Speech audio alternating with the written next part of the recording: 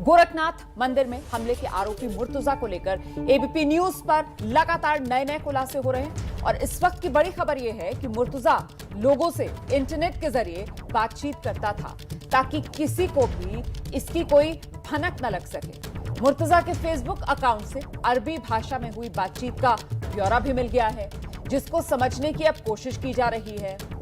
तो एनआईए जांच से कई परतों की साजिश का हो सकता है खुलासा। अभी तक जो जानकारी मिल रही है उसके मुताबिक गोरखपुर हमले के आरोपी मुर्तुजा पर नया खुलासा ये कि मुर्तुजा इंटरनेट के जरिए बातचीत करता था। हम सीधे रुख करते हैं, हमारे सहयोगी संजय त्रिपाठी इस वक्त मौजूद हैं और जरा संजय से ये समझते हैं कि जिस तरीके से अब जांच आगे बढ़ रही है और परतें खुल रही हैं, तो तस्वीर साफ हो रही है कि बड़े ही शातिर अंदाज में पीछे बिना कोई सबूत छोड़े आगे अपनी साजिशों को अंजाम देने की फिराक में बढ़ रहा था मुर्तुजा। संजय,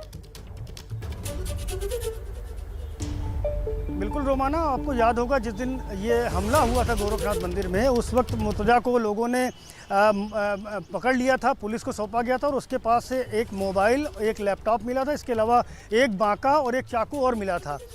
ये लैपटॉप और मोबाइल जो है ये केस प्रॉपर्टी के तौर पर कोर्ट में जमा है, लेकिन इससे इसकी जो मिरर इमेज है वो जांच पड़ताल के लिए एटीएस ने ली है और जब उसकी छानबीन की गई तो ये पता चला है कि ये ज़्यादातर जो कॉल थी बाहर विदेशों में आईएसआईएस को हो या किसी अन्य कट्टरपंथी संगठन को हो, उनको वॉइस ओवर इंटरनेट प्रोटोकॉल के तहत करता था, यानी कि उसको ट्रेस ना किया जा सके, ये इसकी मंशा होती थी। इसके अलावा कुछ ऐसे ऐप का इस्तेमाल करता था, उनका नाम मैं नहीं लेना चाहता हूँ, उन ऐप की मदद से ये बात करता था जो अनइनक्रिप्टेड होते थे, जिससे कि ये जो कॉल करता है, ये जो चैट करता है, जो मैसेजिंग करता है, इसकी जानकारी आसानी से ना मिल पाए। ये सारे जो जानकारी है ये एटीएस को जो मिरर इमेज मिली है उसके मोबाइल और लैपटॉप की, उसके जरिए जानकारी प्राप्त हुई है। ये भी पता चला है कि इसके जो 6 फेसबुक अकाउंट थे उसमें से एक अकाउंट पर ये अरबी में चैट करता था। वो चैट क्या होती थी, क्या बात करता था, किनसे बात करता था, इसको डिकोड करने के लिए जो भाषा विशेषज्ञ हैं उनकी मदद भी एटीएस ले रही है और माना जा रहा है कि इसमें से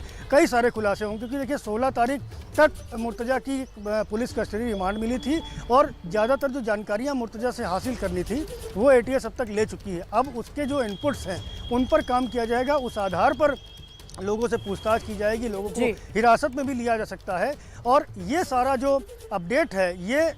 एटीएस के सोर्सेज ने हमें दिया है कि लगातार जो सूचनाएं मिल रही हैं, जो जानकारियां मिल रही हैं, उन पर काम किया जा रहा है और एनआईए भी बहुत जल्द इसमें इन्वॉल्व होगी, क्योंकि कई जी रोमाना महत्वपूर्ण जानकारी संजय त्रिपाठी दे रहे हैं और मुर्तुजा से ही जुड़े 5 और संदिग्धों को भी हिरासत में लिया गया है, तो ऐसे में कुछ और जानकारी भी सामने आएगी, आप तक पहुंचाएंगे।